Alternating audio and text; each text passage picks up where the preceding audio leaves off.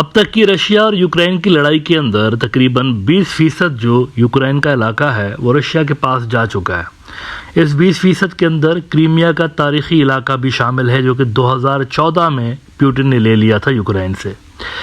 अब Donald Trump साहब ने एक बड़ी दिलचस्प बात की है। इन्होंने कहा कि मुझे लगता है कि ज़ेलेंस्की मान जाएगा, क्रीमिया को सरेंडर करने के हवाले से ज़ेलेंस्की मान जाएगा। फ्रांस 24 ने इस पर रिपोर्ट किया है कि Trump thinks Ukraine Zelensky is ready to concede Crimea to Russia. US President Donald Trump said on Monday he believed Ukraine's Volodymyr Zelensky was prepared to cede Crimea to Russia as part of a ceasefire deal. As truce talks entered what Washington called a critical phase, Trump urged Vladimir Putin to stop shooting and agree to end the war sparked by Russia's 2022 invasion. अब सवाल यहाँ पर यह पैदा हो रहा है कि इनके दावों में किस हद तक सच्चाई है। क्या वाकई ज़ेलेंस्की मान गया है क्रीमिया को गिव अप करने के हवाले से? क्योंकि अगर ऐसा होता है तो ज़ेलेंस्की की तो सियासत यूँ समझे कि हमेशा हमेशा के लिए दफन हो जाएगी। ये अगर क्रीमिया गिव अप करते हैं तो इनकी पॉलिटिक्स ख़त्म हो जाएगी यूक्रेन में। तो इसका आंसर ये है कि इन्होंने इस बात को कैटेगोरिकली रद्द किया है, डिनाई किया है कि हम क्रीमिया नहीं देंगे, ज़ेलेंस्की ने कहा है।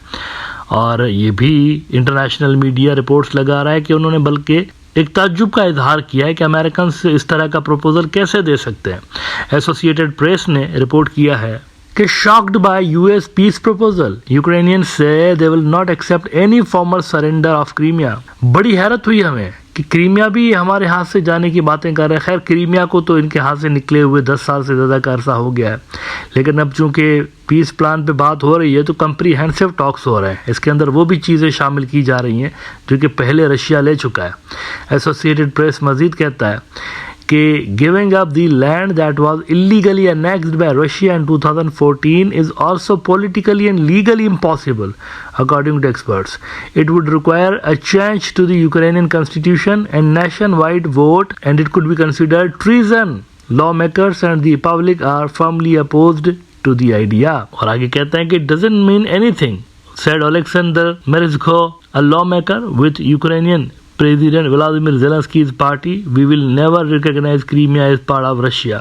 तो वहाँ पर एक डिसबिलीव का इजहार किया जा रहा है, लेकिन देखें मानना तो पड़ेगा, इनको मानना पड़ेगा बिकॉज अमेरिकन जो हैं वो अगर अपनी सपोर्ट खींच लेते हैं तो इनके पास लड़ने का ऑप्शन नहीं बचेगा। फिर ये टोटली डिपेंडेंट है अमेरिकन के ऊपर, और अगर अमेरिकन अपना मिलिट्री असिस्टेंस बंद कर देते हैं इनके लिए तो काफ़ी मसाइल इनके लिए क्रिएट हो जाएंगे। मीनवाइल डोनाल्ड ट्रंप साहब ने नाराज़गी का इजहार किया था कि मैं मुसलसल कहे जा रहा हूँ पुतिन को कि सीज फायर करो, लेकिन पुतिन सीज फायर नहीं कर रहा। तो इस पे पुतिन ने थोड़ा सा उनका दिल रखने के लिए 8 मई से, आज 29 अप्रैल है ना, कोई 7-8 दिनों के बाद उसने एक सीज फायर अनाउंस किया है। 3 रोज़ का, 3 दिन का उसने सीज फायर अनाउंस किया है, लेकिन इसको भी यूक्रेन वाले रिजेक्ट कर रहे हैं। वो कह रहे हैं कि कम से कम अगर आपने करना भी है सीज फायर तो 30 दिनों का करें, ये 3 दिनों का कुछ भी नहीं होगा। अल जजीरा रिपोर्ट कर रहा है कि Russia declare 72 hour unilateral ceasefire in Ukraine from May 8.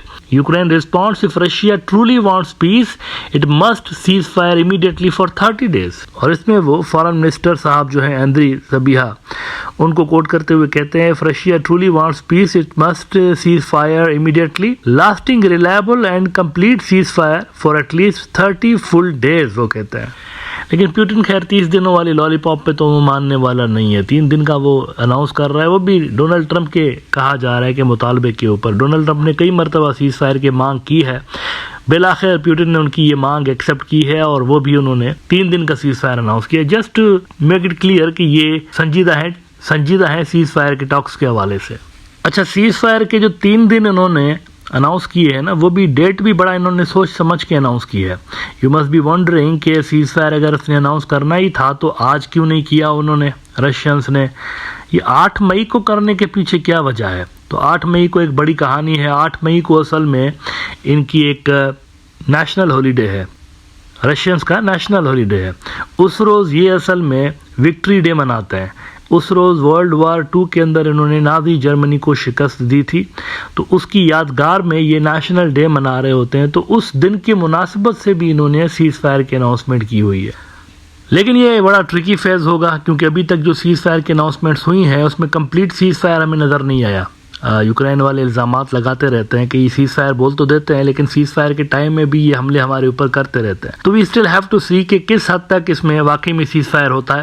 लेकिन one thing is for sure कि यूक्रेन के लिए मामलात बेहतर नहीं है। अमेरिकन की फ्रस्ट्रेशन बढ़ती जा रही है, वो जल्द अज जल्द इस जंग को ख़त्म करना चाहते हैं। इवन अगर उसके लिए इनको यूक्रेन की टेरिटरी गिव अप करनी पड़े तो भी वो उसके लिए तैयार है कि अगर क्रीमिया जाता है तो जाए, बस जंग स्टॉप हो जाए।